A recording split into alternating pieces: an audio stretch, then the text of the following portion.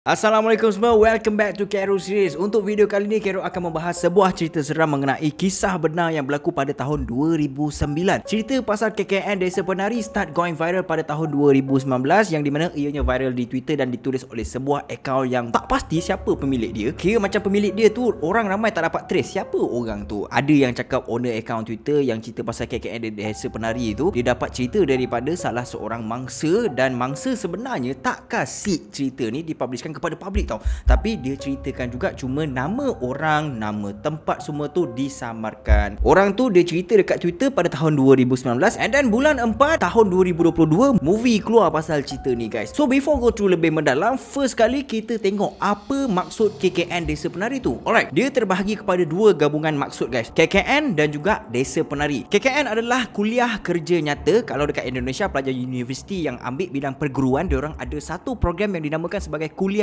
kerja nyata. Kalau di shortkan, benda tu jadi KKN lah. Program KKN ni adalah sebuah program yang diwajib dilalui oleh semua pelajar bidang perguruan, yang di mana program ni dijalankan selama 1 hingga 2 bulan dan ianya dijalankan dekat kawasan-kawasan kampung guys. Kawasan-kawasan desa lah kalau dalam bahasa Indonesia. Tujuan utama program ni adalah untuk menerapkan sikap berbakti kepada masyarakat. Dekat Malaysia pun ada, and kalau budak-budak you tahulah KKN ni ibarat macam projek community. Cuma Carol tak pasti kalau intipati dengan tempoh dia sama ataupun tak macam dekat Indonesia tu. Okey, buat masa ni jelas untuk KKN. So untuk KKN sudah, untuk Desa Penari pula. Desa Penari adalah nama kampung yang pelajar-pelajar ni buat program KKN dekat sana tau. Maksudnya pelajar universiti dalam bidang perguruan datang ke kampung yang dinamakan Desa Penari tu, dan diorang menjalankan program KKN dekat kampung tu guys. Tapi bila Carol cuba cari dekat Google Maps, banyak tempat yang bernama Desa Penari tau, and tak tahu mana satu tempat yang sebenar. So Carol try lagi cari dengan lebih mendalam, and Carol jumpalah beberapa artikel yang mengatakan Desa Penari tu adalah sebagai nama samaran je sebenarnya. Lokasi sebenar memang tak sure, tapi ada satu konspirasi yang di mana kawasan sebenar dia adalah berada di daerah Banyuwangi. Dekat daerah Banyuwangi ada satu kampung yang bernama Kampung Darungan yang bermaksud hilang. Nama kampung tu hilang. Kalau nak masuk dekat dalam kampung tu memang tak ada jalan tar, hanya ada jalan tanah merah je ataupun jalan yang jenis tanah yang biasa tu, dan agak dalam juga guys kalau nak jumpa kawasan kampung tu. Dan yang lagi menariknya adalah kampung tu sekarang ni dah tak ada orang duduk dekat situ guys. Last orang duduk dekat situ adalah pada tahun 2010, setahun selepas kejadian sebenar berlaku. Benda ni berlaku pada tahun 2009, and pada tahun 2010 orang keluar daripada kampung tu. Tapi orang kampung keluar daripada kampung tu tak pasti sebab apa, ataupun memang ada kaitan kejadian seram yang berlaku dekat situ. But that is just a conspiracy guys. Jadi itulah sedikit sebanyak maksud di sebalik KKN di Desa Penari. So jom kita go through apa yang berlaku dekat sana sebenarnya.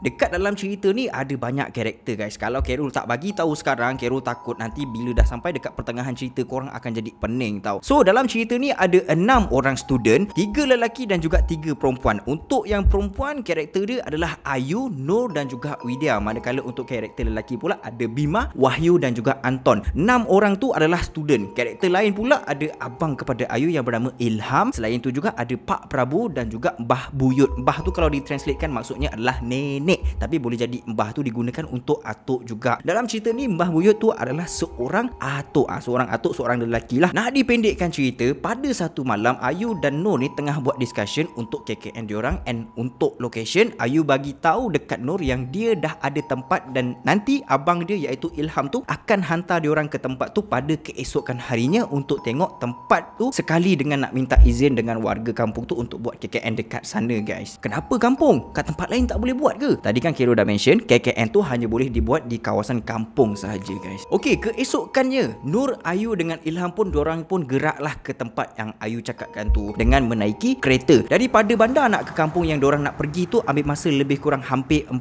hingga 6 jam. Kira jauh jugalah kan daripada tempat tinggal diorang tu. Bila diorang dah nak sampai dekat kampung tu, masa dekat atas jalan raya, diorang melalui jalan yang di mana kiri kanan jalan tu adalah jalan hutan and Bukit Bakau. Memang kalau kita tengok sangat indah lah pemandangan dekat area situ. Orang kata tu nature vibe lah. Bila si Ayu tengok kawasan situ cantik gila, dia pun terus cakap dekat Nur, "Weh Nur, lawa gila doh tempat ni, kawasan dia pun cantik je. Rasa macam aman je dekat sini." Ayu cakap dekat Nur macam gitu. Bila Nur dengar je macam gitu, dia pun macam senyum sikit-sikit je lah kan. Senyum macam ikhlas tak ikhlas gitulah kan. Sebab dalam hati dia dah rasa macam tak sedap tau. Kenapa dia rasa tak sedap? Sebenarnya Nur ni orangnya jenis yang boleh nampak benda-benda makhluk gaib semua ni guys. Dia boleh nampak dan dia senang nampak. Dia boleh dan senang. So sekarang ni diorang ni tengah on the way nak masuk kampung kan. Kampung kan korang faham sendirilah. Kampung yang diorang nak pergi ni bukan jenis kampung yang ada pekan, ada 7E semua tu tau. Bukan kampung macam tu guys. Ni jenis kampung yang pedalaman punya kampung tau. Yang jenis mandi guna air dalam perigi tu. Dia macam kampung-kampung yang dalam hutan punya babe. Tak ada sistem air yang baik cantik lah. Itu pasal mandi guna air perigi. Bila cakap kampung dalam hutan, faham-faham sendirilah. Hutan kan tempat tinggal jin. Itu pasal si Nur ni dah rasa tak sedap. Tapi nak buat macam mana kan? Nak tak nak dia kena pergi juga. Sebab KKN ni memang semua student perguruan wajib buat. So dia cuma berharap tak ada benda-benda yang teruk je lah berlaku bila dah sampai dekat sana nanti. Bila diorang dah nak sampai dekat kampung tu je, Nur ada ternampak seorang orang tua peminta sedekah yang di mana masa tu Nur ni kan dekat dalam kereta kan, and orang tua tu yang berada dekat luar kereta diorang tu pada masa tu, si orang tua tu pandang je dekat kereta dia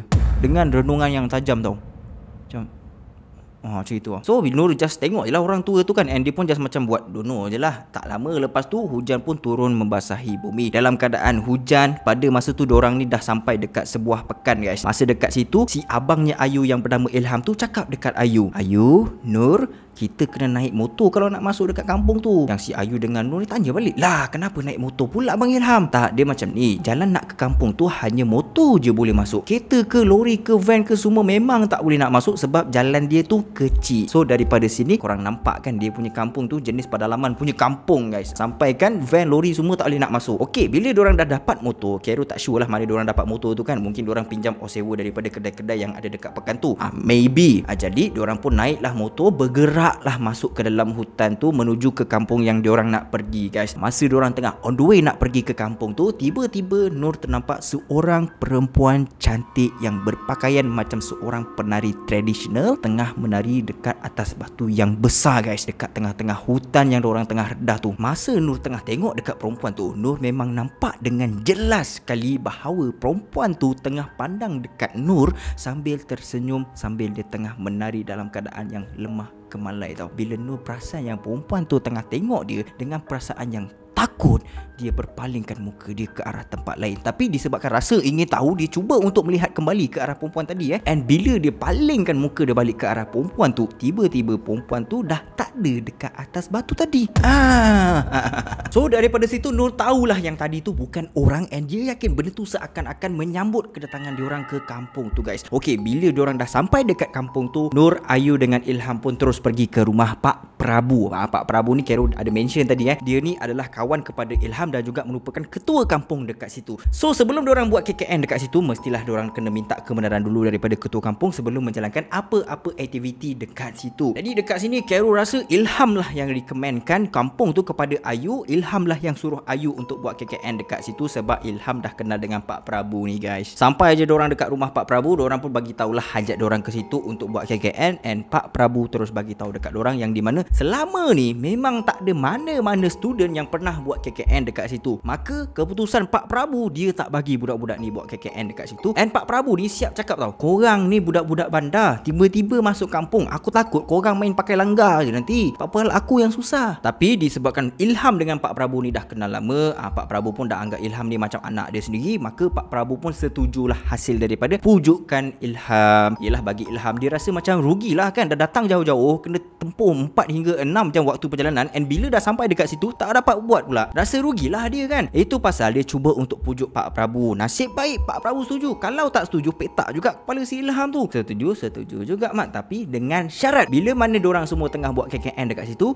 diorang kena jaga adab and tak boleh buat benda yang tak senonoh. Lepas dapat je izin daripada Pak Prabu pun bawa Nur, Ayu dengan Ilham ronda-ronda pusing satu kampung. Dalam pada masa diorang tengah pusing-pusing kampung tu, diorang terserempak dekat satu kawasan yang di mana dekat kawasan tu ada satu batu besar yang ditutupi dengan kain. Dekat bahagian bawah batu tu pula ada makanan dan juga kemenyan. Korang tahulah kan, kalau ada makanan siap dengan kemenyan tu maksudnya apa? Maksudnya benda tu semua adalah untuk persembahan perkara-perkara tu lah. And Nur masa tu pula dia pergi pandang dekat batu besar tu, dan bila dia pandang dekat batu tu, dia ternampak ada satu lembaga hitam yang besar dengan mata lembaga tu yang berwarna merah menyala. Rambut lembaga tu sampai mengurai tutup satu badan dia, and benda tu ada tanduk dekat atas kepala dia seolah-olah macam tanduk kerbau. Bila Nur pandang dekat benda tu pun menggerakkan kepala dia dengan perlahan ke arah Nur. Maksudnya benda tu pandang balik dekat Nur tau. And apa lagi mat? Nur terus cakap,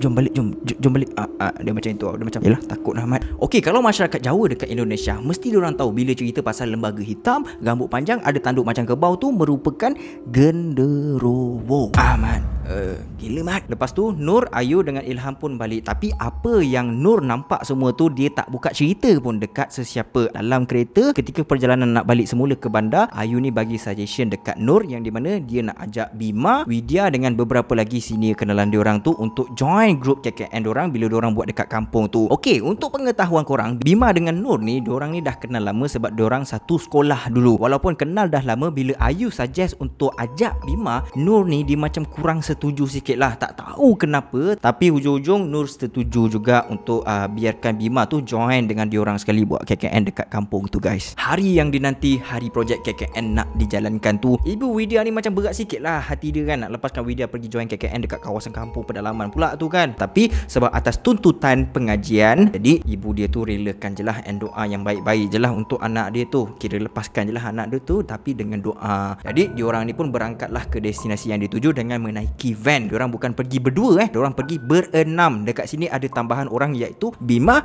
Wahyu, Anton dan seorang lagi adalah Widya guys. Sebelum nak sampai dekat Pekan, van diorang ni stop dekat satu traffic light tau. Traffic light tu merah tau. Dengan secara tiba-tiba, pang. Apa hal pula tu? Bila dia tengok ada seorang perempuan yang dah berumur lebih kurang macam nenek-nenek lah kan. Dia time tu tengah hentakkan badan dia dekat van diorang tau. Masa tu diorang semua ni terkejut lah kan. Apa salah orang tua ni nak hentakkan badan dekat van pula? Driver van tu menyerap, dia terus buka tingkap, dia terus bagi orang tua tu duit, macam suruh dia belah lah. Tapi sebelum orang tua tu belah, driver van tu marah dulu dekat orang tua tu. Sebab kan bila van tu nak bergerak, nanti bila orang tua tu tak bergerak, kena langgar, dah susah nanti mat. Tu pasal dia marah lah. Tak lama lepas tu traffic light pun dah hijau, and sebelum nenek tua tu menjauh daripada van diorang, Nur ni sempatlah untuk tengok dekat nenek tu tau. Apa yang Nur perasan masa dia tengah tengok muka nenek tu, dia nampak seolah-olah nenek tu macam nak cakap something, and bila dia tengok dengan tajam, Nur nampak yang bahawasanya nenek tu cakap macam ni guys, jangan teruskan perjalanan nak. Jangan teruskan perjalanan nak. Bila difikir, apa salah nenek ni buat macam ni okay. Nur cuba untuk sedapkan hati dia. Dia cakap dalam hati dia, mungkin dia yang salah pandang kot. Mungkin dia lah yang salah pandang kan. Sampai je dekat Pekan, time tu memang dah waktu malam dah guys. Orang-orang kampung pun datang tolong ambil diorang dekat Pekan and bawa diorang untuk masuk ke dalam kampung. Macam sebelum ni lah, diorang semua ni kena redah hutan dulu sebelum sampai ke kampung sana tu. Dan jalan pada masa tu ni pun agak berlumpur dan becak sana sini guys. Yelah, time diorang sampai dekat Pekan tadi tu pun keadaan dah gerimis sebenarnya. Masa on the way nak masuk kampung tu memang tersangat gelap dan tersangat sunyi, melainkan bunyi cengkerik guys, dan juga bunyi motor yang dorang tengah naik masa tu lah. Dalam pada masa dorang semua tengah naik motor tu, tiba-tiba Nur terdengar bunyi alunan lagu gamelan babe. Tak tahu bunyi tu datang daripada mana. Bunyi dia tu macam sayup-sayup je, tapi makin diorang nak sampai dekat kampung, bunyi alunan gamelan tu semakin kuat guys. Masa Nur tengah sibuk nak cari dari mana datangnya bunyi gamelan tu, Nur dia terbau bauan yang sangat wangi guys. Bau dia tu umpama macam bau bunga melati. Kalau orang Malaysia biasa panggil bunga tu sebagai bunga jasmin guys. Masa si Nur ni tengah sibuk-sibuk tengok sana sini kan, tiba-tiba dia ternampak satu susuk tubuh seorang perempuan tengah tunduk ke bawah. Perempuan tu masa tu berada betul-betul dekat sebelah laluan motor yang kecil tu tau. Ngam-ngam masa Nur tengah pandang perempuan tu angkat muka dia dan pandang ke arah Nur. Kepala perempuan tu mula berayun-ayun sambil macam ke kiri ke kanan kan, macam orang tengah menari tu kan. Kalau siapa pernah tengok Pontianak Harum Sundar Malam, ada part masa Mariam tengah menari tu, macam gitu guys. Kero rasa korang boleh agaklah benda apa yang Nur nampak masa tu. Mana ada orang menari tengah malam, lepas tu dekat tengah-tengah hutan pula tu, sorang-sorang pula tu mat. Dalam pada si Nur tu tengah seram, tiba-tiba Widya bersuara pula. Widya tanya dekat Pak Prabu, berapa lama lagi ni nak sampai ni Pak Prabu? Yalah, Widya sebelum ni kan belum pernah sampai lagi dekat situ. Yang pernah sampai dekat situ sebelum ni pun hanyalah Ayu dengan Nur je. And then Pak Prabu pun bagi tahulah, tak lama ni Widya, kejap lagi sampailah ni. Sebab kalau daripada Pekan nak masuk ke kampung pun 30 minit je. 30 minit mat, jauh tu mat. Mungkin si Pak Prabu ni dia dah biasa dengan kawasan situ. Tu yang dia cakap kejap je. Time tu Nur dengan yang lain ni diam je lah kan.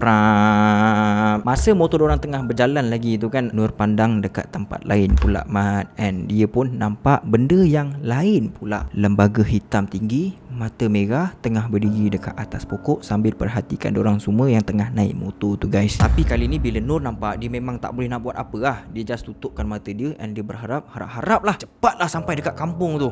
Takut mat dia. Lepas 30 minit perjalanan menaiki motor, akhirnya dorang pun sampai ke kampung. Time dah sampai tu, macam biasalah Pak Prabu akan bawa dorang ronda kampung dulu untuk tunjukkan tempat-tempat yang dorang boleh adakan program KKN diorang tu guys. Sampai dekat satu jalan ni, ada satu perkuburan yang dikelilingi oleh banyak pohon beringin guys. Dekat keliling pohon beringin tu pula ada banyak makanan yang dipercayai makanan tu semua ada orang yang letak dekat situ untuk buat persembahan dekat benda tu lah. Korang faham kan? Okey, di setiap batu-batu nisan yang ada dekat kubur tu dibalut dengan menggunakan kain hitam. Time tu Nur ni dah rasa betul-betul tak sedap badan tau. Tambah pula tadi dia dah nampak macam-macam sebelum sampai dekat situ kan. Nur pun request dekat Pak Prabu yang dia nak pergi balik ke tempat penginapan dia orang dulu. So orang kampung yang boceng Nur tu pun pergilah hantar Nur pergi balik dulu. Manakala yang lain iaitu Bima, Widya, Ayu, Anton, Wahyu dengan Pak Prabu pun meneruskan perjalanan dorang ronda-ronda pusing kampung lagi guys. And then jalan punya jalan, tiba-tiba Pak Prabu memberhentikan motor dia guys. Bila dia dah stopkan motor dia tu, dia terus pandang dekat budak-budak ni tau.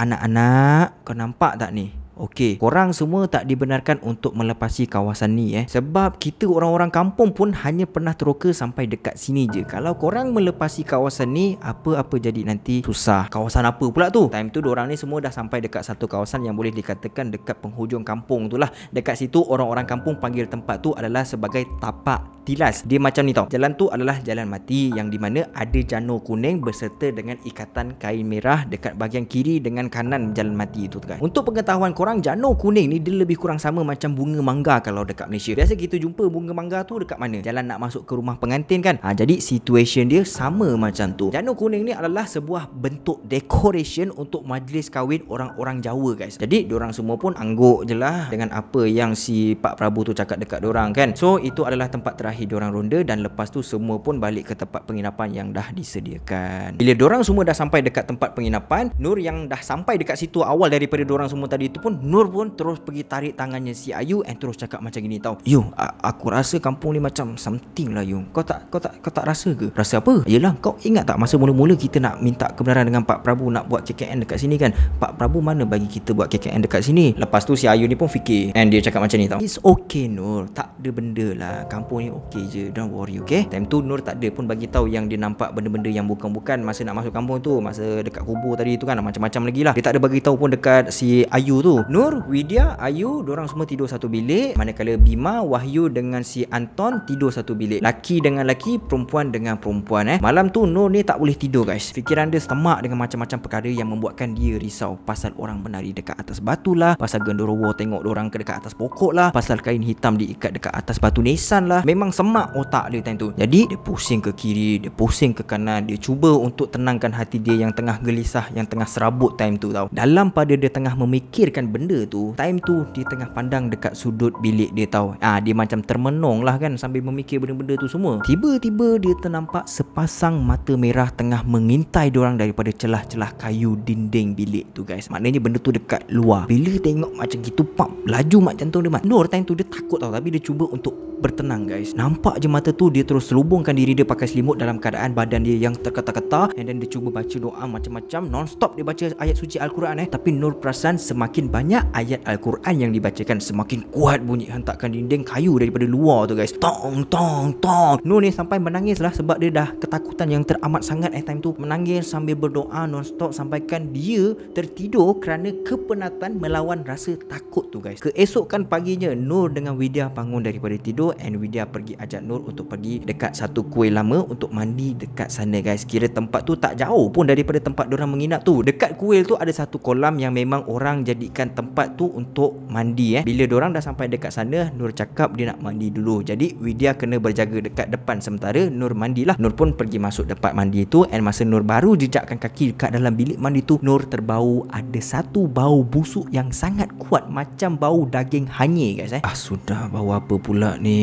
Nur pun dengan pantas basahkan badan dia, gosok gigi, sabun badan apa semua. Time tengah bilas-bilas badan tu, tiba-tiba Nur rasa macam ada benda melekat dekat badan dia guys. Bila Nur tengok dekat gayung tu guys, dia nampak ada satu gumpalan rambut yang sangat banyak. Masalahnya tadi dia tengok tak ada pula rambut tu, tapi bila dia hayunkan gayung tu ke badan dia, banyak pula rambut mat. Lepas dia nampak macam itu, Nur pun berhenti mandi, ambil tuala, cepat-cepat dia lapkan badan dia, and pakai baju apa semua tu, and dia cepat-cepat nak keluar daripada bilik mandi tu tau. Sebab dia dah macam takut lah kan. Nur cubalah untuk buka pintu tu, tapi tak boleh guys. Pintu ni jenis tak ada tombol tau. Jadi pintu tu tak boleh dikunci, tapi masalahnya pintu tu tak boleh buka. Pintu tu sekarang ni macam ada orang yang tahan pintu tu tau daripada luar. So dalam keadaan yang cemas, Nur terus jerit tau, Widya. Tangan Nur time tu memang tak berhenti tolak pintu tu sambil dia ketuk-ketuk pintu tu daripada dalam tau. Puas dia jerit panggil nama Widya daripada dalam bilik tu, tapi tak ada langsung sahutan suara daripada Widya dekat luar tu. Jadi Nur pun jadi panik, dia jadi cemas, dia jadi takut lah time tu guys. Masa dia tengah panik tu, dia pergi pandang dekat belakang dia mat.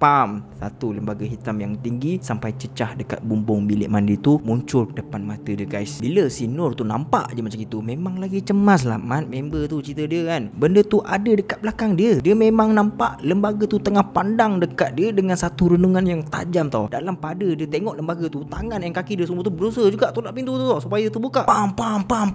Pintu tu pun akhirnya terbuka guys. And bila Nur keluar daripada bilik mandi tu, dia nampak Widya ada dekat luar. Tapi kenapa Widya tak nyaut bila si Nur tu jerit? Puas Nur jerit kuat-kuat tadi dekat dalam bilik tu. Nur pun macam asal dia tak dengar. Nur pun tengok Widya macam tak ada benda yang jadi je dekat Widya tu kan. So Nur pun pretend macam nothing happen lah, and terus suruh Widya masuk dekat bilik mandi tu. Masuk. So sekarang ni turn Nur pula untuk jaga dekat bahagian luar bilik mandi, sementara Widya tengah mandi dekat dalam tu. Masa si Nur tu tengah berjaga dekat luar guys, sambil-sambil dia berdiri tengok keadaan sekeliling, sambil-sambil tu jugalah dia macam terdengar suara seseorang yang sedang menyanyi tau.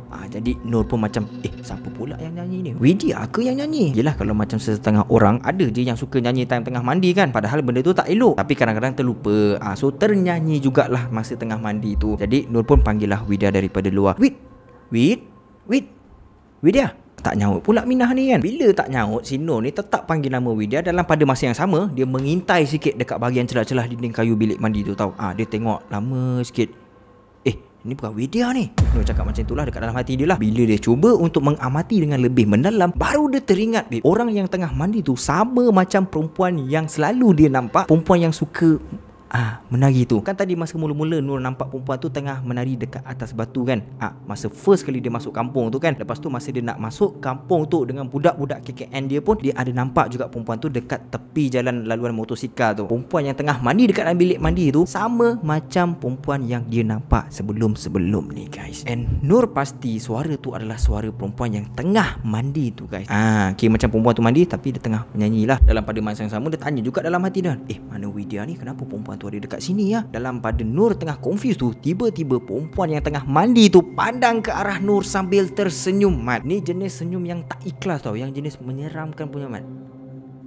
bapak. So yang ni adalah situasi yang berlaku ke atas diri Nur. Sekarang ni kita nak cerita situasi yang berlaku ke atas diri Widya pula. Masa Widya tengah tunggu Nur mandi tu, biasa kalau kita mandi guna gayung, kita akan hayunkan gayung daripada atas kepala supaya air tu akan jatuh satu badan kita kan. Dan bila air tu jatuh, dia akan menghasilkan bunyi kan. Korang boleh imagine tak bunyi dia macam mana? Dia macam bunyi renjesan air yang jatuh ke lantai dalam kuantiti yang banyak guys. So masa Widya tengah tunggu Nur untuk habis mandi, selepas renjesan air yang kedua, dia terus tak dengar apa-apa lagi dekat dalam bilik mandi tu tau. Korang faham tak? Maksudnya gayung pertama dah disimbah, and then gayung kedua pula dah disimbah oleh Nur lah. Lepas tu Widya tak ada dengar lagi bunyi apa-apa dekat dalam bilik mandi tu guys. Masa tu dia tak ada fikir apa-apa pun. Yang dia fikir mungkin Nur ni dah siap mandi kot. So guys, bila bunyi renjesan air tu dah stop, maknanya keadaan sekeliling dia tu jadi senyap sunyi tau. Dan dalam pada tengah senyap sunyi tu, Widya terdengar macam ada orang tengah nyanyi. Nyanyian tu pula macam nyanyi lagu irama Jawa guys. Suara dia lembut, mengasyikkan tau. Bila si Widya dengar macam gitu, dia rasa macam pelik bercampur dengan perasaan takut sekali lah. Jadi Widya pun pergilah ketuk pintu bilik tu banyak kali kan, daripada luar, sambil dia panggil nama Nur tu.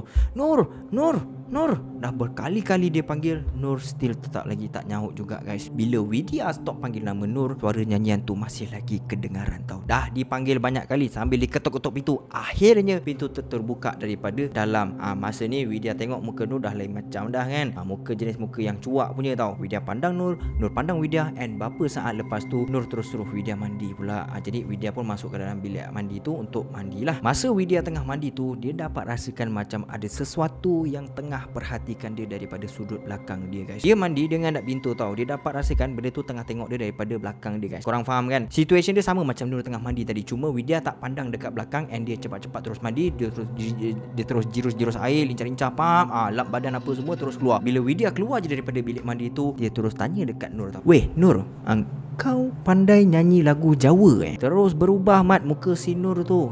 Dia macam terkejut lah guys kan. Dalam hati dia cakap, Widya pun kena juga benda-benda macam ni tak boleh dibiarkan ya. Aku kena cari jalan ni. Itu apa yang Nur cakap lah. Dia cakap dalam hati dia lah. And then masa Widya tanya dekat dia macam gitu, dia just diamkan je lah. Lepas tu si Nur ni terus suruh si Widya tu untuk balik dulu. Sementara dia bagi tahu dekat Widya yang dia nak pergi ke rumah Pak Prabu sekejap. Sampai je dekat rumah Pak Prabu, Nur nampak yang Pak Prabu tengah borak-borak santai dengan seorang lelaki tua, and lelaki tua tu adalah Bah Buyut. Dalam pada masa yang sama, Nur nampak dekat atas meja yang berdekatan dengan diorang tu ada 3 cawan kopi yang belum diminum lagi guys. Bila ditengok memang pelik lah, cawan ada 3 tapi orangnya ada 2 je. Lagi satu ni untuk aku ke Situation dia sekarang ni, diorang ni macam tahu-tahu je yang Nur ni nak datang ke situ, sampaikan dia dah standbykan satu lagi cawan kopi untuk Nur tau. Nur, kau duduk sini nak, kau minum kopi ni memang untuk kau. Bah Buyut bagi tahu dekat Nur macam gitu. Tapi masalahnya sekarang ni, Nur ni jenis orangnya yang tak minum kopi, and dia pun bagi tahulah dekat Bah Buyut yang dia ni tak minum kopi. Tapi Bah Buyut, saya tak minum kopi. Tak baik Nur, tolak hidangan daripada tuan rumah. Cubalah minum kopi ni dulu. Bah Buyut cakap macam tu dekat Nur.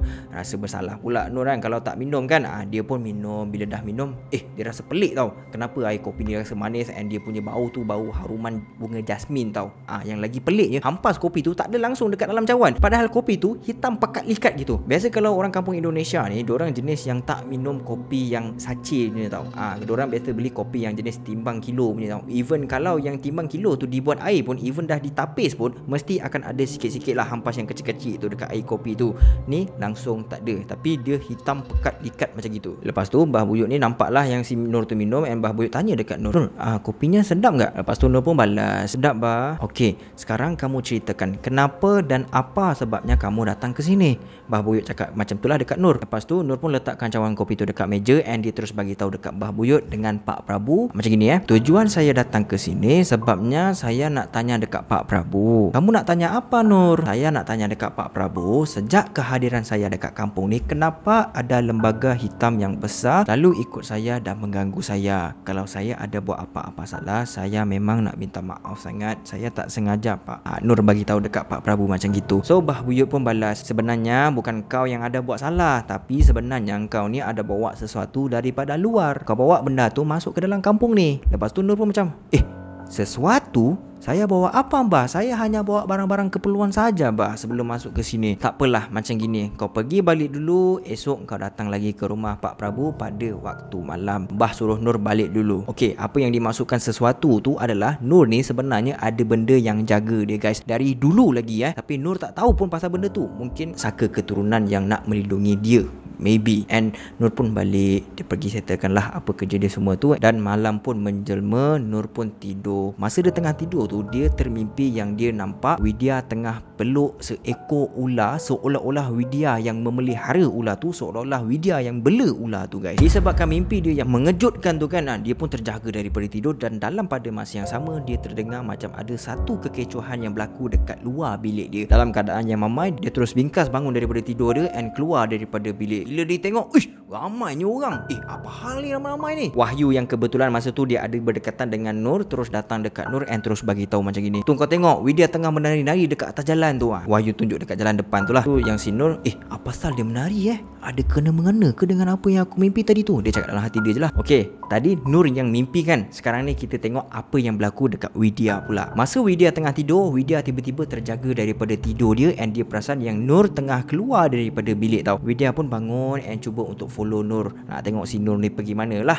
Nur ni time tu dia keluar ke arah luar rumah, guys and dia stop dekat tengah-tengah jalan tau. And dia start menari-nari mengikut irama gamelan, babe. Yang si Widya follow Nur ni dari tadi tu, dia rasa macam pelik lah. Apa sah Minah ni nak menari tengah-tengah malam buta ni kan. Jadi dia pun terus datang mendekati Nur. Bila si Widya tu perhatikan muka Nur, lama-lama muka Nur terus berubah menjadi sosok muka yang sangat menakutkan, guys. Mata merah and muka dia bernanah dekat sana sini. Dan suddenly dia dapat rasakan ada seseorang yang tepuk bahu dia daripada belakang. Dan pada masa itulah dia baru perasan yang menari tu bukanlah Nur, tapi Widya yang menari, guys. Dia baru perasan dialah yang menari sebenarnya. Tangan dia time tu kan tengah macam lepas tu dia turunkan tangan dia and dia tengok ke arah sekeliling dia. Ramai orang yang tengah tengok dia time tu dalam keadaan yang pelik dan hairan lah kan. Widya memang tak boleh nak jelaskan apa yang berlaku sebab dia sendiri pun tak sedar. Pada keesokan malam, korang ingat tak tadi Kero ada cerita yang Mbah Buyut ada jemput Nur untuk datang ke rumah Pak Prabu tu kan. So Nur pun pergilah ke rumah Pak Prabu and masa dia dah sampai dekat rumah Pak Prabu tu, Pak Prabu dengan Mbah Buyut bawa Nur pergi ke satu kawasan ni, guys. Bila dah sampai dekat situ, Nur memang ingat dia pernah lalu dekat situ and dia ingat apa yang dia nampak dekat situ, guys. Tempat tu adalah tempat yang di mana Nur nampak genderowo dekat atas batu tu, guys. Kan ada batu besar and then dekat atas dia tu ada genderowo. Sampai je dekat batu tu, Pak Prabu pegang ayam hidup yang dia bawa daripada rumah dia tadi tu and dia terus potong leher ayam tu hidup-hidup, guys. Kira macam sembelih lah, senang cerita. Masa darah ayam tu tengah memancut-mancut keluar kan, Pak Prabu talakan ayam tu dekat batu and darah yang memancut tu disiramkan dekat atas batu yang besar tadi tu, guys. Dalam pada Pak Prabu tengah buat kerja tu, Mbah Buyut tanya dekat Nur, Nur, kau percaya tak dekat hutan ni ada kawasan perkampungan kampung gaib? Bila Nur dengar macam itu, dia pun faham lah maksud gaib tu apa kan. Kampung yang dihuni oleh penghuni yang tak boleh nampak dengan mata kasar. Jadi Nur pun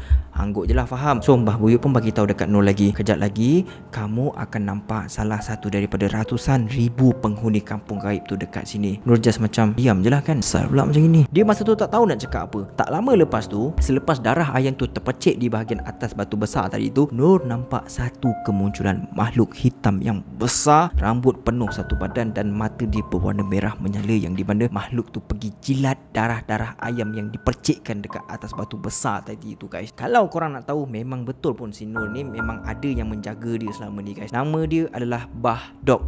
Itu apa yang Mbah Buyut bagi tahulah. Dan kehadiran Nur tu tak disukai oleh penduduk gaib yang menetap dekat kampung tu, guys. Benda-benda gaib tu bukan tak suka Nur, tapi dia tak suka benda yang menjaga Nur tu. Itu pasal mana-mana Nur pergi, dia mesti akan diganggu oleh lembaga-lembaga hitam tu, guys. Dan tak lama lepas tu, Mbah Buyut pun terus datang dekat Nur. Satu tangan Mbah Buyut tu pegang kepala Nur and then satu lagi dia macam tarik daripada umbun-umbun kepala Nur tu tau. Dia macam tarik something, guys. Lepas ditarik tu, Nur pun terus tak nampak lagi makhluk yang menjilat darah ayam dekat atas batu tadi tu, guys. Keesokan paginya bermulalah KKN pelajar-pelajar dekat kampung tu. Mereka dibahagikan mengikut mengikut grup tau. Kira masing-masing ada partner and ada 3 kumpulan. Kumpulan yang pertama Bima dengan Ayu, and then kumpulan yang kedua adalah Wahyu dengan Widya, dan kumpulan yang ketiga adalah Nur dengan Anton. Masing-masing pun mulalah buat kerja masing-masing mengikut grup dia. Anton kan partner dengan Nur kan, dan dalam pada tu dia pun ada tanya satu soalan dekat Nur tau. Nur, kenapa Bima kawan lama kau tu kelakuan dia pelik Nur tanya kat Anton balik. Bima tu kelakuan dia pelik. Pelik kenapa pula? Anton pun ceritalah dekat Nur yang setiap malam Anton ni selalu dengar and nampak Bima ni bercakap seorang-seorang. Kadang-kadang tu dia senyum secara tiba-tiba tau. Anton ni juga nampak yang si Bima ni selalu bawa balik makanan and letak dekat bawah katil dia guys. Bila Nur dengar macam itu, dia macam tak percayalah, sebab setahu Nur, Bima ni orangnya kuat agama tau. Lepas tu dia ni rajin solat, rajin baca Al-Quran and so on lah. Takkan kot lah Bima ni buat perkara macam gitu kan. Kau tak percaya Nur? Jom ikut aku. Tuan pun bawa Nur masuk bilik dorang and tunjuk sendiri benda yang dimasukkan tadi tu. Memang ada makanan tu dekat situ guys. Makanan apa pula? Makanan tu adalah makanan yang orang-orang kampung tu letak dekat batu-batu besar sebagai persembahan kepada benda-benda tu lah guys. Yang lagi interestingnya, Nur nampak dekat atas makanan tu ada gambar Widya sekali guys. Apa pasal si Bima tu buat macam gitu? Dia nak buat apa dekat Widya? Lepas tu Anton bagi tahu lagi, setiap malam je dia mesti akan terdengar suara-suara perempuan daripada dalam bilik Bima guys. Tapi bila Bima keluar, hanya Bima je, tak ada pula orang lain.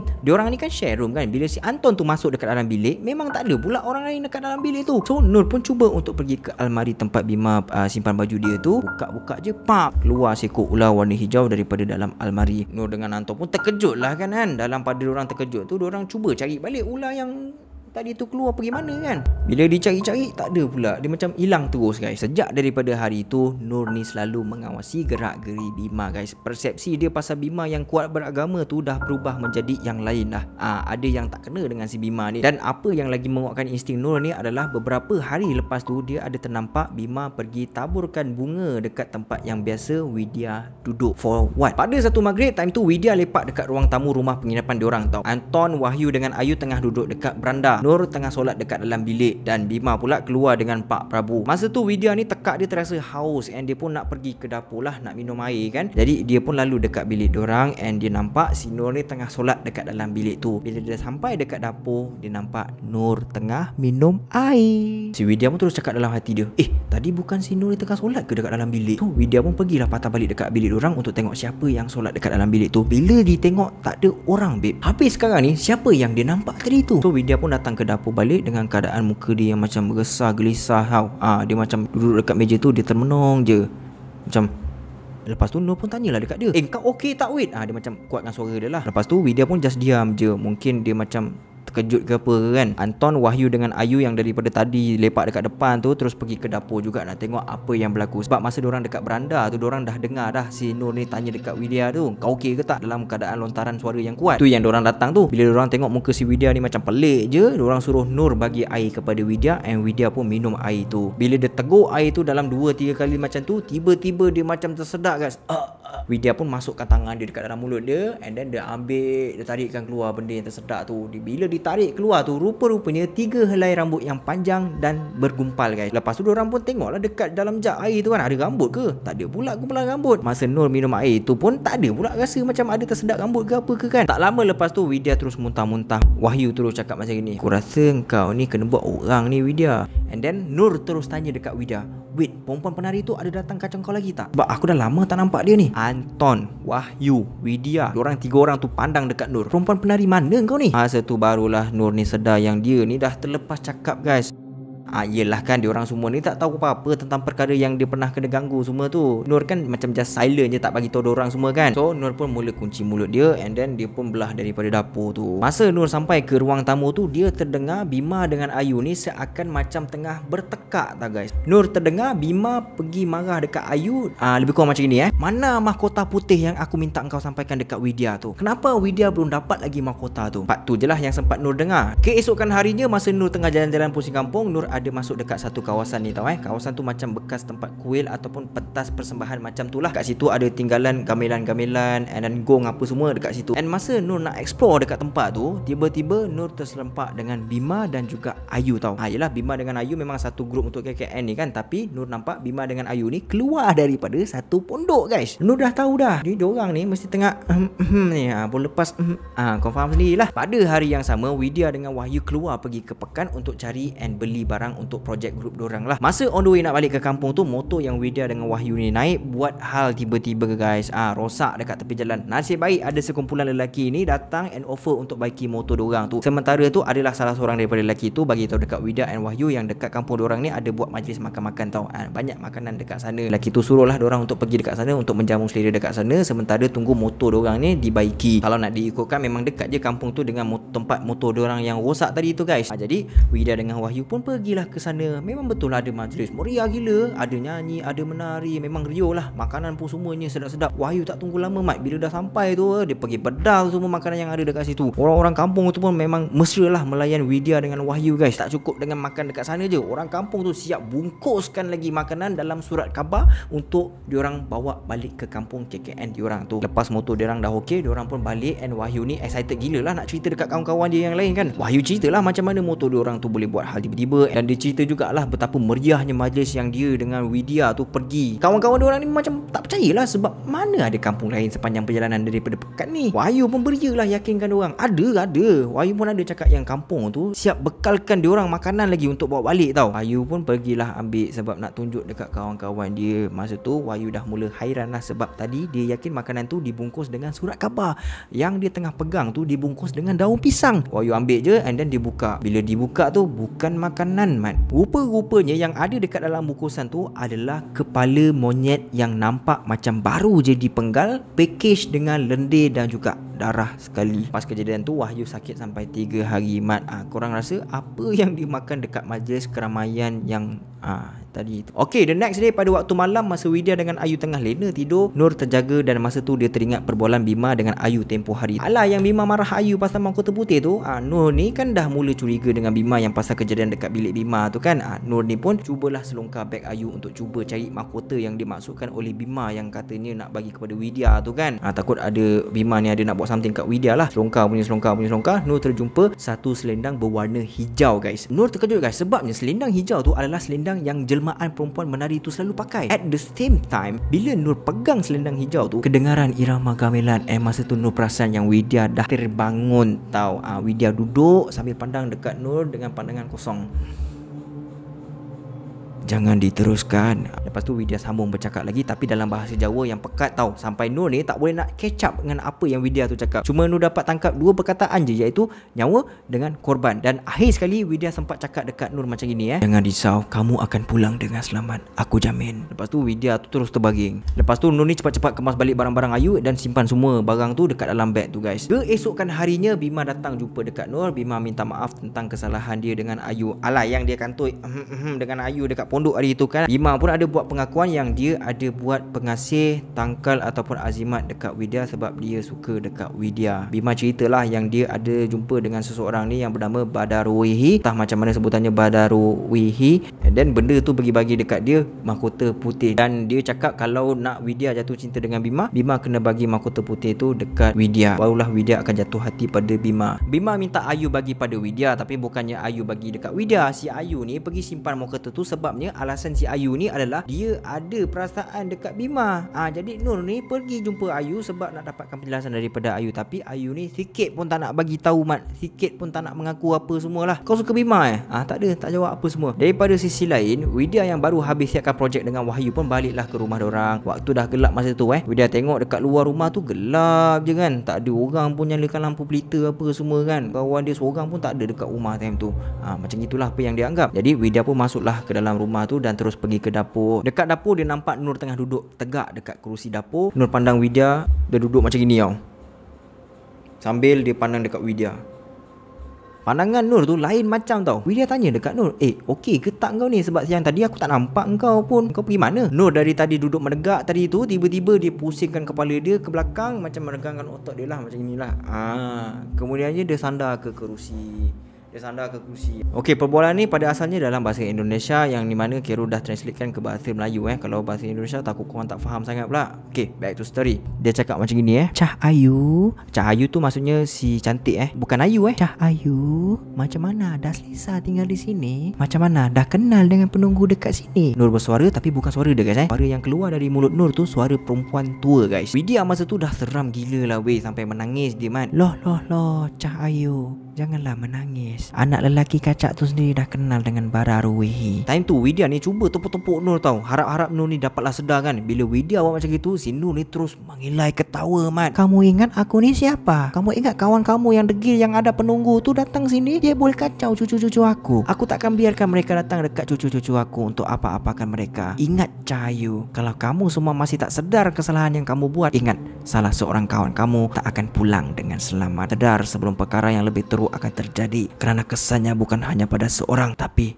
semua. Habis je kata-kata tu semua, Nur terus menjerit kuat, menjerit kesakitan, and Nur terus pingsan. Dia macam seolah-olah benda tu keluar daripada badan dia lah. Lepas tu Widya pun terus cepat-cepat papa Nur tu bawa masuk ke dalam bilik, and then terus baringkan dia. Bila dah jadi macam-macam, baru Widya sedar yang Nur ni sebenarnya boleh nampak benda-benda tu tau. Bila dah terlama sikit tu, Nur pun sedar. Nur perasan yang wajah Widya serius tau, ketat lain macam tau. And then Widya pun tanya dekat Nur, Nur, kau ni memang boleh nampak and sejak bila kau boleh nampak? Lepas tu Nur pun ceritalah semuanya, kecuali hal-hal yang masa dia dengan Pak Prabu dengan sekali dengan Bang Bauyut tu. Pasal benda tu dia tak cerita. Yang lain semua dia cerita. Sejak daripada kejadian tu, Nur macam perasan yang si Widya ni dah lain macam tau perwatakan dia. Jadi Nur pun decide lah untuk cari mungkin ada apa-apa barang ke yang si Widya ni dah dapat kan. Nur cuba bongkar tempat wajah Widya, and guess what guys? Apa yang Nur jumpa? Nur jumpa mahkota putih yang pernah Bima cakapkan sebelum ni guys. Nur pergi ambil beg Ayu, and then ambil selendang hijau yang dia pernah jumpa sebelum ni. Dia ambil, dia letak dekat dalam satu kotak sekali dengan mahkota putih tu. Korang faham kan? Yang selendang hijau tu daripada Ayu, yang mahkota putih daripada Widya. Lepas tu Nur ambil kedua-duanya. Lepas tu Nur ambil sekali dengan Al-Quran, and then dia letakkan semua tu dekat dalam satu kotak guys. Nur seal elok-elok kotak tu. Lepas tu dia balut dengan kain putih, dan kotak tu kemudiannya disembunyikan dekat belakang satu meja ni lah. Lepas dah settle buat apa benda semua tu, Nur pergi cari Ayu. Ayu masa tu tengah jalankan aktiviti untuk projek KKN dia lah. Lepas dah settle buat tu, Nur terus pergi cari Ayu. Ayu masa tu tengah jalankan aktiviti untuk projek KKN dia Nur datang dekat Ayu, pam, dia tu lampang muka si Ayu tu. Lepas dah kena lempang tu, barulah si Ayu ni buka cerita dekat Nur yang selendang hijau tu dia ambil untuk jadikan sebagai tangkal untuk buat Bima suka dekat dia. Tapi Ayu tak buka langsung cerita pasal daripada mana dia dapat selendang hijau tu guys. Okay, harap korang belum penat lagi lah dan harap korang boleh follow rentak cerita ni guys. Pada satu pagi masa tu lepas subuh lah, Nur masa tu tengah tidur, and then tiba-tiba dia terbangun tau. Dia terkejut bila dia terdengar jeritan dan tangisan suaranya Ayu. Nur pun keluar ke depan, and then Nur nampak Ayu dah terbaring kaku dekat lantai sambil Ayu menunjukkan riak wajah yang terkejut tau. Mulut Ayu pula bergerak-gerak seakan-akan nak sampaikan something tapi tak boleh. Dia macam sambil terbaring. Macam itu. Lepas tu si Nur ni pergi cari Widya pula, tapi Widya tak ada. Nur pergi panggil Mbah Buyut dengan Pak Prabu, and Nur ambil kotak yang disembunyikan tu, and then tunjukkan kepada Mbah Buyut. Lepas tu Mbah Buyut tanya dekat Nur, mana kamu dapat benda ni? Nur pun ceritalah. Lepas tu Mbah Buyut kata, ini barang lalangan ni. Diorang tak patut ambil benda ni. Tak lama lepas tu Wahyu pun datang. Muka Wahyu time tu pucat gila guys, sebab ada orang kampung dekat situ yang datang kepada Wahyu sambil memapah Bima. Bima masa tu Nur tengok macam orang kena sawan tau. Mbah Buyut bagi tahu dekat Nur, jasad Bima dengan Ayu sekarang ni kosong. Maksudnya jiwa dan juga semangat Ayu dan Bima masih tersesat dekat satu tempat. Sebab tu yang Ayu kejong je macam itu, yang Bima pula tak sedarkan diri daripada pengsan dia. Mbah Buyut cakap lagi, ada lagi seorang kawan Nur yang bukan jiwa dan semangat dia je yang tersesat, tapi jasad dia sekali. Siapa? Widya guys. Okey, sebenarnya macam ni. Bara Ruhihi, makhluk yang bagi Bima mahkota tu, sebenarnya sejak diorang ni masuk dekat kampung tu, Bara Ruhihi ni dah aim dekat Widya tau. Sebab tu dia pancing Bima untuk bagi dekat Widya mahkota tu, sebab menurut Mbah Buyut, mahkota tu sebenarnya dipakai oleh penari dekat lengan dia as susuk. Kalau dah susuk, maksudnya pemilik mahkota tu akan ada pendamping lah. Faham tak? Tapi Nur ambil pula mahkota tu. Nur ni kan ada penjaga lain, jadinya mahkota tu tak ada pemilik lah. Pak Prabu kemudiannya mengarahkan Bima dan Ayu ditutup dengan kain putih, kemudian diikat dengan kain kafan. Dah jadi macam jenazah dah dua orang tu. Sebab apa Mbah Buyut buat macam tu? Sebab Mbah Buyut nak merawat kedua-dua orang tu guys, dengan menggunakan ilmu dan juga kepakaran yang dia ada. Okey, sekarang ni kita tengok situasi Widya pula. Pada malam tu Widya nampak Bima keluar daripada rumah tau. Keluar seorang dan entah nak pergi mana. Jadi Widya yang concern ni pun masuk ke dalam bilik untuk kejutkan Anton dengan Wahyu supaya pergi tengokkan si Bima tu lah. Tapi Anton ni cakap dekat Widya, Bima tu pergi siapkan barang-barang projek dia tu. Tak payahlah kau bukan nak risau sangat. Widya ni bukan apa, sebab dah banyak sangat perkara pelik jadi dekat situ, maka dia pun risaulah. Tapi Widya beranikan diri dia untuk follow rapat Bima daripada belakang guys. Follow, rupa-rupanya si Bima ni pergi ke kawasan tapak yang terbiar tau. Alah, tempat yang Bima dengan Ayu pergi tu. Widya tetap setia follow walaupun jalan kat situ penuh semak samun, sebab dia nak tahu si Bima tu pergi mana. Dari celah-celah semak samun tu, si Widya ni nampak yang Bima tengah berendam dan dikelilingi oleh banyak gila ular guys. Tengah syok intai si Bima tu, tiba-tiba si Bima tu pergi pandang ke arah Widya. Jadi Widya pun dah mula takut, and si Widya ni terus lari sekuat hati dia, jauh dari menjauhkan diri dia daripada tempat tu tau. Makin jauh dia lari, makin dia dengar lagu alunan gong, makin dia dengar lagu gamelan, lagu Jawa apa semua tu dia dengar. Sambil sekali tu ada orang ketawakan dia guys. Lebih kurang macam gitulah. Lepas tu sampai je dekat satu kawasan ni, Widya nampak banyak gila makhluk yang aneh-aneh, macam-macam rupa, and then dia ni jadi makin cuak lah kan. Jadi Widya pun menangis, and then time dia tengah nangis tu, dia nampak ada seorang perempuan tengah menari mengikut lenggok lagu guys. Korang nak tahu tak siapa yang Widya nampak time tu? Widya nampak Ayu tengah menari guys. Dengan mata Ayu yang sembab macam tengah menangis tu, dari mata Ayu tu Widya dapat rasakan yang Ayu suruh dia lari daripada tempat tu guys. Widya pun lari meninggalkan Ayu, lari. Akhirnya Widya berjaya keluar daripada tempat yang dikatakan jiwa dan semangat Bima dengan Ayu tu tersesat alam lain lah maksudnya. Korang faham tak? Maksudnya sekarang ni tadi si Babuyut cakap Bima dengan Ayu tersesat kan. Maknanya si Bima dengan Ayu tu tersesat dekat dalam alam tu, and then Widya pun ikut sekali pergi alam tu, tapi dia berjaya keluar daripada alam tu guys, and then dia berjaya untuk balik ke rumah. Sampai je Widya dekat rumah penginapan mereka, Pak Prabu dengan Bah Buyut bagi tahu yang Bima dengan Ayu jadi macam tu sebab diorang ada buat something dekat tapak terbiar tu guys. Ya memang betul lah Bima dengan si Ayu tu buat something dekat situ kan. Lepas tu Bah Buyut pun cakap kat tempat tu sebenarnya adalah tempat larangan. Jadi kalau kau buat benda-benda yang bukan-bukan dekat situ, memang itulah akibat dia. Selain daripada tu, Pak Prabu buka cerita yang tapak tu juga sebenarnya adalah tapak persembahan tarian daripada orang kampung untuk bangsa-bangsa jin, supaya bangsa-bangsa jin ni takkan mengganggu mereka guys. Tapi tahun demi tahun baru orang kampung sedar setiap penari yang menari tu sebenarnya adalah korban. Bila diorang menari dekat situ, diorang akan mati. Sebab tu macam Ayu ni, dia dah ada 2 barang penari kan. Sebab tu Ayu terpilih untuk jadi penari bagi bangsa-bangsa jin ni. Barang apa je? Tadi tu selendang hijau dengan apa? Mahkota putih. That's why jugalah kenapa Ayu ni jiwa dia tak ada dekat jasad dia. Sebab jiwa dia tu masa tu dekat sana guys. And Bah Buyut dengan Pak Prabu pun dah cakap dia orang ni memang dah tak boleh nak buat apa lagi dah. Dekat si Ayu dengan Bima ni. Kira nasib baik jugalah si Widya ni dapat selamatkan diri dia. Kalau tak silap-silap Widya pun terperangkap sekali dekat sana. Okey, dekat penghujung tweet si pencerita tu, pelajar-pelajar tu semua selamat balik ke rumah masing-masing selepas diambil oleh keluarga masing-masing. Si Ilham yang abangnya Ayu tu minta tolong Nur untuk jagakan Ayu sepanjang rawatan terhadap Ayu dijalankan. Ayu dan Bima lumpuh sepenuhnya. Ayu tak dapat bercakap, bergerak, cuma Ayu kerap menangis tanpa sebab. Selepas 3 bulan daripada peristiwa tu, Ayu dikabarkan meninggal dunia. Bima pun sama, cuma Bima malam sebelum dia meninggal tu dia sempat meraung sebut ular. Jadi Khairul rasa sampai situ je kisah pasal KKN ni, dan pengakhiran dia macam gitulah. 2 orang mati. Cerita ni tengah viral sekarang ni sebab cerita ni telah diambil dan diangkat menjadi sebuah filem. Apa yang Khairul ceritakan tadi tu adalah versi daripada Twitter tau. Dan Khairul rasa ada satu lagi yang Khairul jumpa, versi yang sebenar, iaitu ada orang cakap sebenarnya pelajar yang betul-betul ada adalah 14 orang, tapi di-shortkan kepada 6 orang supaya jalan cerita ni tak serabut. Khairul tak sure juga sama ada cerita ni dibuat-buat ataupun ianya adalah sebuah kisah benar. Sebab sekarang ni memang ramai je yang pereka cerita yang handal-handal dekat dalam Malaysia, dekat dalam Indonesia ni. Kalau kita tengok jalan cerita dia memang perfect habis lah. Tapi jangan cakap tak ada ada je benda yang boleh jadi macam gitu guys. So ikut pada korang lah nak percaya ataupun tidak. Sekian from Khairul Series. Until next time, Assalamualaikum warahmatullahi wabarakatuh.